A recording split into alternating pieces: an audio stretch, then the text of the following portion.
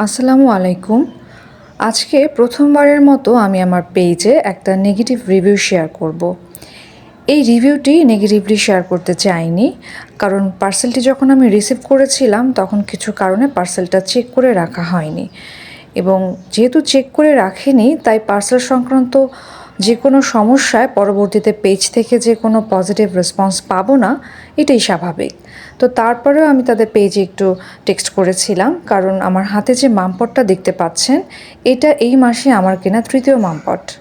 আমার ছেলে এর আগে আরও 2টা মামপট দিয়েছি, সে কোনোভাবেই তার পুরাতন মামপট ছাড়া অন্য কোনো মামপটে পানি খাবেই না।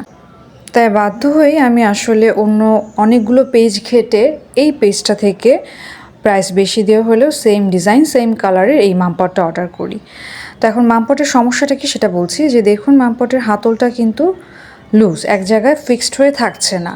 এটা আমার আগের মামপটটা, এটা কিন্তু একটা জায়গায় ফিক্সড হয়ে আছে, দেখতে পাচ্ছেন খুব টাইট হয়ে আছে, কোনোভাবেই এটাকে কিন্তু নড়ানো চড়ানো যাচ্ছে না খুব ইজিলি। যদিও এই হ্যান্ডেলগুলো কিন্তু খোলা যায়, প্রত্যেকটা পার্টস খোলা যায়, এটার লিড থেকে শুরু করে সব কিছু।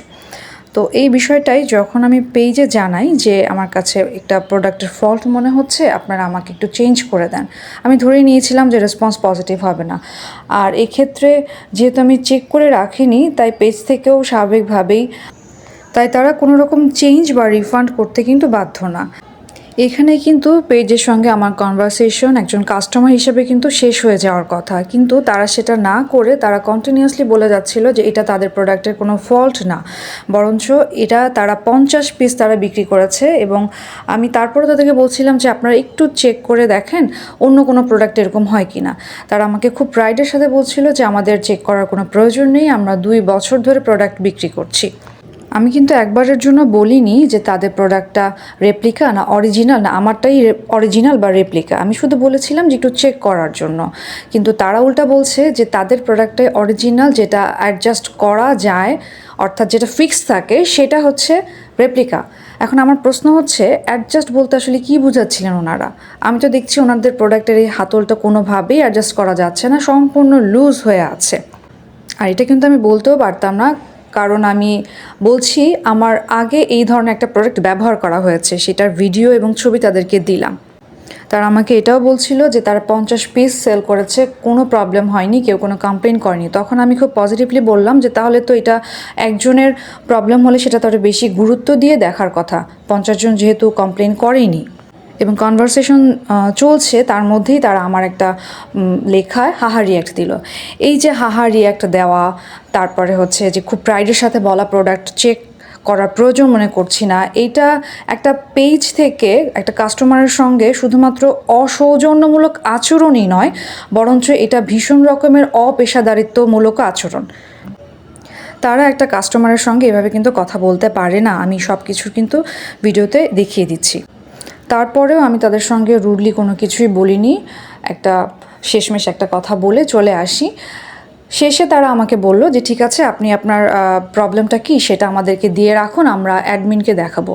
এখন আমার প্রশ্ন হচ্ছে তাহলে আমি এতক্ষণ ধরে কি কনভারসেশন করলাম, এই মডারেটর তাহলে কি বুঝিয়ে রিপ্লাই দিল? উনি কি তাহলে খামোখাই তর্ক করে গেলেন?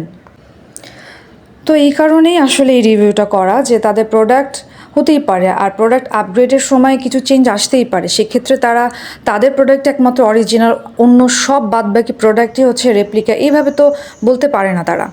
আমার এই রিভিউটি যদি অ্যাডমিনের চোখে পড়ে তাহলে আমি বলবো যে আপনি আপনার পেজের মডারেটরদের একটু কাউন্সিলিং করান।